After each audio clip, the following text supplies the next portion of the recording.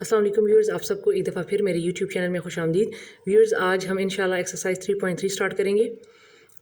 Exercise 3.2 में जो कुछ वर्ड प्रॉब्लम रह गए थे उनको मैं इंशाल्लाह एंड में करवाऊंगी।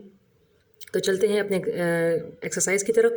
इसमें क्वेश्चन नंबर 1 में जो ए पार्ट है, इसमें हमारे पास प्राइस दिया है ₹400, टाइम 2 ईयर्स, रेट 8% और मार्कअप हमने फाइंड करना है।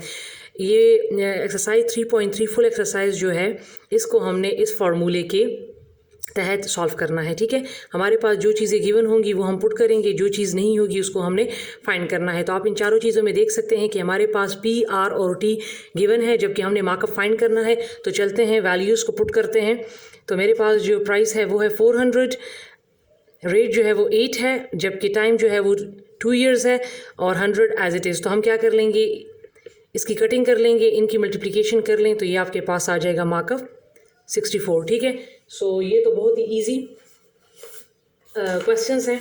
ठीक है, मैंने यहाँ पर क्वेश्चन लिखा हुआ है, जो बी पार्ट है इसका वो है कि if markup equal to ₹1900, time जो है वो 3 ईयर्स है, रेट जो है वो 4% है, तो आप प्राइस मालूम करें। ठीक है, तो हम क्या करेंगे, इसी फॉर्मूले के तहत हम इसको फाइंड करेंगे। ठीक है, तो हमारे पास मार्कअप अब हमारे पास गिवन है जो कि है 1900। ठीक है, प्राइस को हमने फाइंड करना है तो उसको हम छोड़ देंगे। रेट जो है वो है 4% और टाइम जो है वो 3 ईयर्स और 100 जो है एज इट इज़। अब यहाँ पर तो ऊपर और नीचे मतलब कटिंग होती नहीं है, तो हम क्या करेंगे कि 100 को इस इक्वल टू से इस साइड पर लेकर चले जाएंगे, लेफ़्ट साइड पे। तो जब कोई चीज़ डिवाइड होती है और जब इक्वल टू से दूसरी साइड पर जाती है तो वो हो जाती है मल्टीप्लाई। ठीक है, P मल्टीप्लाई 4 3 टाइम 12।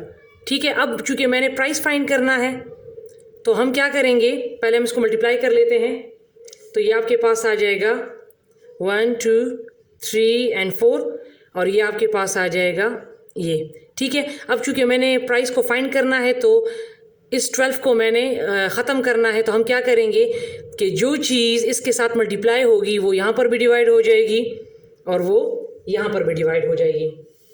ठीक है, तो ये तो इससे कैंसिल हो गया और जब आप इसको डिवाइड करेंगे इस पे तो ये आपके पास आ जाएगा 1583.3 समथिंग।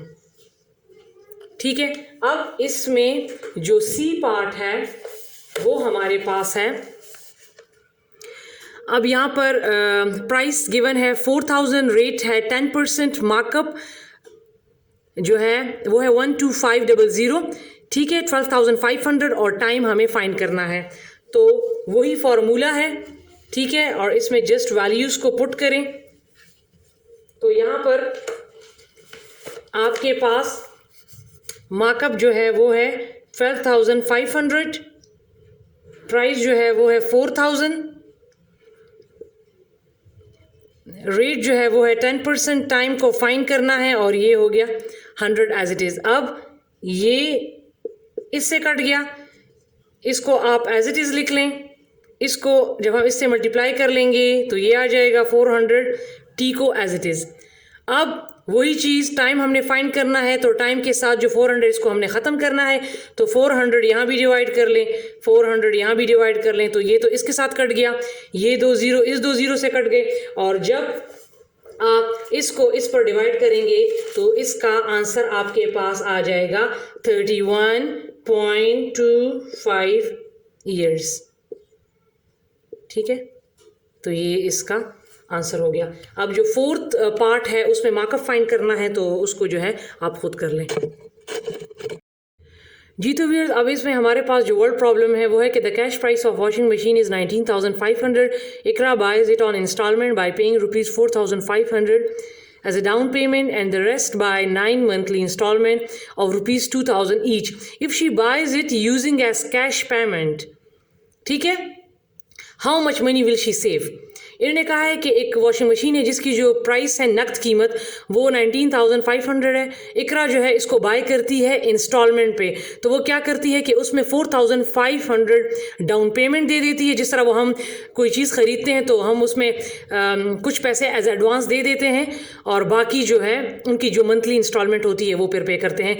तो इसने क्या किया कि इसने जो 4,500 डाउन पेमेंट कर दी और जो बाकी 9 महीने जो हैं उसने उसको इंस्टॉलमेंट दी 2-2 हज़ार करके, ठीक है। 9 महीने उसको 2-2 हज़ार करके एज ए इंस्टॉलमेंट उसको पे किया। If she buys it using as a cash payment, अगर वो उसको नकद कीमत पर ख़रीदती, how much money will she save, तो वो कितने पैसे जो है वो सेव करेगी।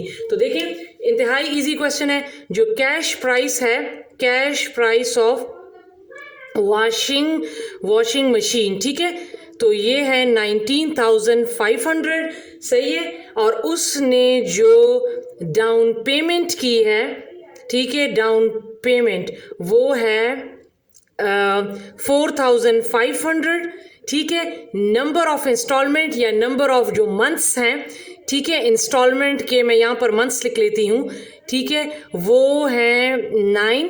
और जो इसने जो हर महीने, ठीक है, ईच मंथ या ईच इंस्टॉलमेंट, हर महीने जो उसने देने थे पैसे, वो देने थे 2,000, ठीक है।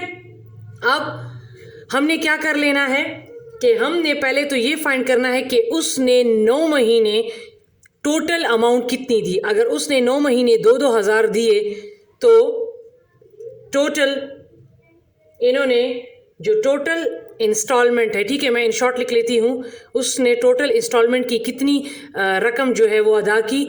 तो महीने 9 थे और उसने पैसे कितने दिए थे 2,000, तो उसने जो टोटल इंस्टॉलमेंट अदा की है वो 18,000 की है, ठीक है। अब टोटल पेमेंट उसको कितनी करनी पड़ी। अगर डाउन पेमेंट, टोटल इंस्टॉलमेंट इतनी थी और डाउन पेमेंट इसने इतनी की थी, तो इसने टोटल कितने पैसे वॉशिंग मशीन के अदा किए। तो हम लिख लेंगे total payment equal to down payment plus total instalment. तो डाउन पेमेंट उसने की थी 4,500 और टोटल इंस्टॉलमेंट इसने की है 18,000। तो जो इसने वॉशिंग मशीन के जो टोटल अमाउंट जो इसने दी, इसको वॉशिंग मशीन की कीमत पड़ी है 22,500 की। तो उन्होंने कहा है कि अगर वो इस वॉशिंग मशीन को नकद कीमत पर ख़रीदती है तो वो कितने पैसे सेव करेगी। तो हम क्या कर लेंगे कि जो वॉशिंग मशीन की जो अपनी प्राइस है 19,500, वो हम इससे माइनस कर लेंगे या इस तरह लिख लें कि she will save equal to जो टोटल पेमेंट उसको करनी पड़ी 22,500, उसमें से जो वॉशिंग मशीन की जो कीमत है, जो नकद प्राइस है, वो हम इससे माइनस कर लेंगे, तो ये आ जाएंगे 3,000, ठीक है। So she will save ₹3,000।